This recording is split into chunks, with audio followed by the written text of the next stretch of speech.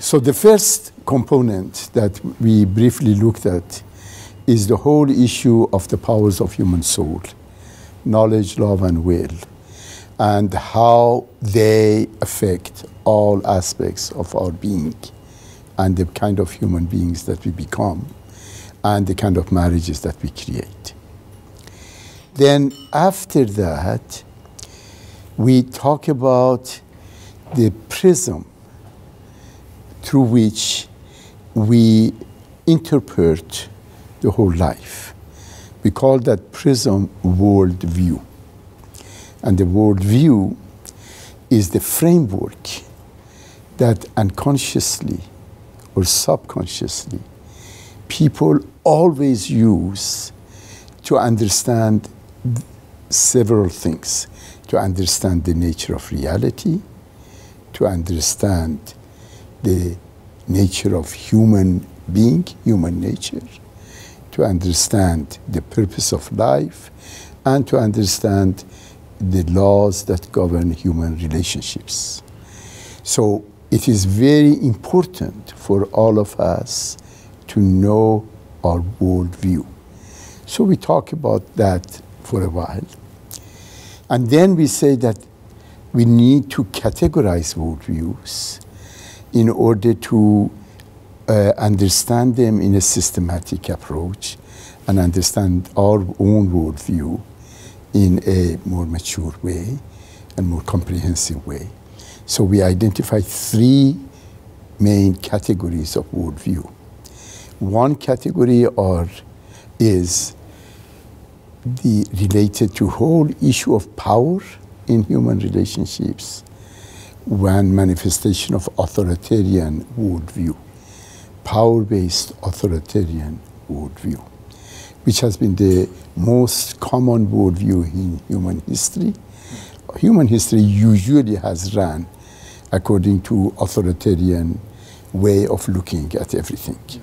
And the central issue is the power, and then we discuss about the role of power and the shortcomings of power and so forth. And then the other category is the whole area of adversarial power struggle worldview. Authoritarian worldview is characteristic of childhood level of consciousness, and the adversarial worldview, power struggle one, is the characteristic of adolescence. And we then focused on the fact that during adolescence, identity and formation of identity, and therefore individualism and all of these become very, very dominant. And we discussed the fact that the whole world now is either in authoritarian or in identity-based, competitive, conflicted, adversarial mode of worldview, usually a combination of the two. And then we identified the third category of worldview, which is the whole area of unity-based worldview, which is emerging worldview. And is a new worldview, which is especially put forward by Baha'u'llah. Then we talk about the concept of unity. What is unity? And define unity as convergence of two or more diverse realities. So unity and diversity always go together. And we say that unity there has to be a number of levels of unity. We describe inner unity, which is the unity between our thoughts, feelings, actions, and our thoughts, feelings, and actions with our universal principles and ethics. Then we talk about intergroup unity, interpersonal unity, global unity, unity with nature, and of course unity with God, unity with the teachings of God, and so forth. And once we discuss unity, then we ask ourselves, what is the force of unity? And we realize that the force of unity is love. It is love that creates attraction, that creates unity. And then we discuss the whole issue of love and different stages of love relationship, in a marriage especially. how at the beginning of marital relationship we have a love that is blind, which is romantic, which is very exciting, but is not very insightful. And that the second phase of marriage, that becomes the situation of differentiation. Just interjecting there, the issue of love and passion within a marriage, for instance. That's right. It seems to me that people often get mixed up between those things. That's true. Well, love should be passionate, but not every passion is love. So you can be passionate and not be in a state of love, but if you are in a state of love, you will be passionate.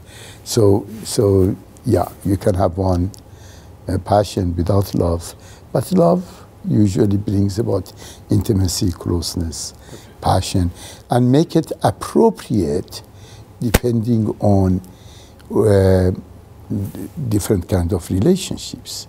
For example, the passion that husband and wife show toward each other was different from passion that, let's say, parent and children show to each other. You see, passion has many expressions. Love has many expressions. So this, we have to distinguish them from each other. Passion is not only a physical process. So anyway, we talk about the 3 stages of marriage. The stage 1 is the stage of romantic love. The stage 2 is the stage of differentiation and separation. And the stage 3 is the stage of enlightened love based on higher levels of unity and understanding and so forth. And these 3 stages then determine the direction that marriage goes, but also the dangers that exist, particularly in level 1 and level 2. These different stages, yes. Is there any chronological component? I mean, we hear of the 7-year itch and these kind of things. Is there any sort of... Yes, to a certain degree, because marriage is chronological.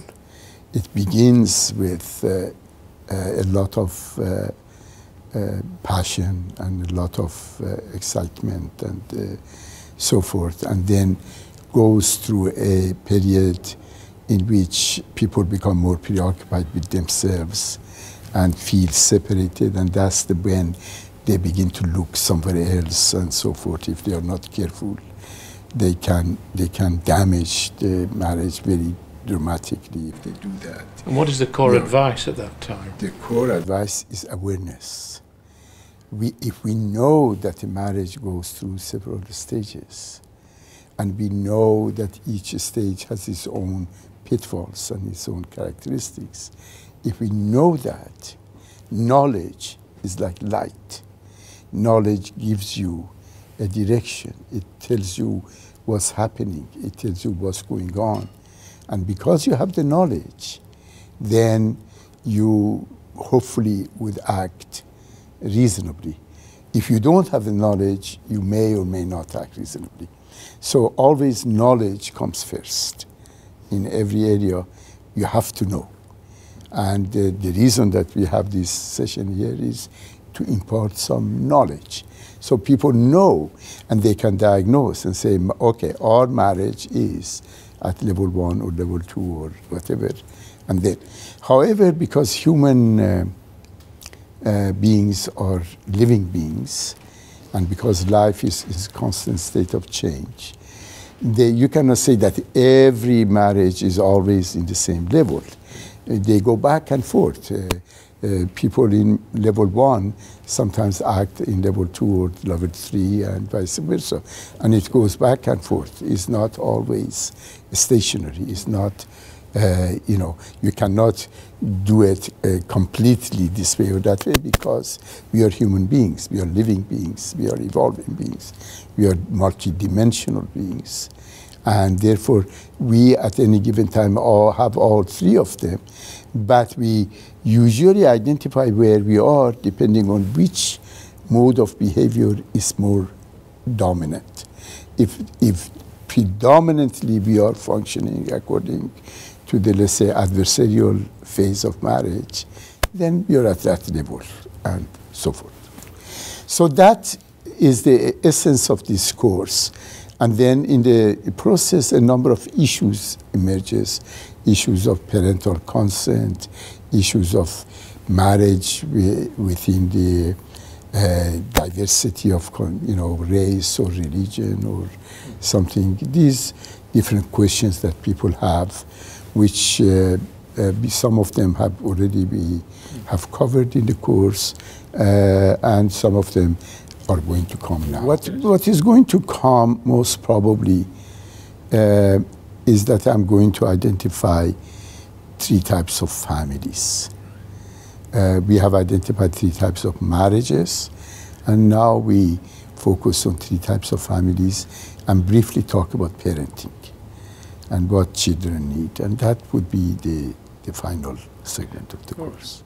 I'd just like to ask you 1 or 2 questions from a Baha'i perspective, particularly Baha'i young people, in my experience, have great difficulty in finding partners, forming relationships within the Baha'i context. Certainly Baha'i young people would prefer to marry Baha'is, but then find the availability not possible just because of the numbers, and then start to try to form relationships with non-Baha'is who really don't get it from this point of view. And then problems arise. What advice would you give to someone who was in that situation? Well, I think that's one of the responsibilities of the community. Children, young people are alone, okay? They cannot do, they cannot go to the pubs and find a partner, okay? Or they cannot go to online and find, people. We have to create community, a sense of community. And I think if Baha'i community begins to create occasions in which young people can come together, Baha'is and non-Baha'is, they're friends, talk about these issues. For example, what we talked about yesterday and today, we had about 100 people here. We could have had 500 people here, right? It would have involved them. It would have, and many of them could have been non-Baha'is. And if we have done that, a much more opportunity would emerge for different people of diverse background, get to know each other and get to know what are the fundamental teachings of the faith, so that the non-Baha'is who become interested, they come into it with an open eye and say, I like those ideas. Even though I'm not a Baha'i, I like to have a marriage that is characterized this way or that way or that way, and as we have discussed it here. So my feeling is that the issue of finding a good mate is not only the responsibility of young people themselves. The community has to enlarge its boundaries and involve many, many people, non-Baha'is and Baha'is, they're all one, and engage them into discourse of this nature. And when we do that, we open many opportunities that we usually don't. The more we isolate ourselves, the more we are inward looking, the more difficult it becomes. The more universal we are and open we are, the easier. One of the difficulties I hear from young people is that in their personal relationships with the opposite sex, of Baha'i, non-Baha'i, the issue of chastity becomes a major issue. Yes. Of course it becomes. And that's exactly why I said that we have to create those occasions, because there is nothing better than people go into a relationship with knowledge. There is nothing better than creating occasions in which the non-Baha'i person who is here and going to be attracted to somebody who is starting a relationship, from very beginning to know that this person that he is going to establish relationship is not going to get involved in sexual relationship or is not going to go and drink. So he knows what he's getting, to get with open eyes into a relationship. That's the more we inform people, the better it is. Thank you very much. Dr. Danesh, thank you very much indeed. Thank you. Thank you.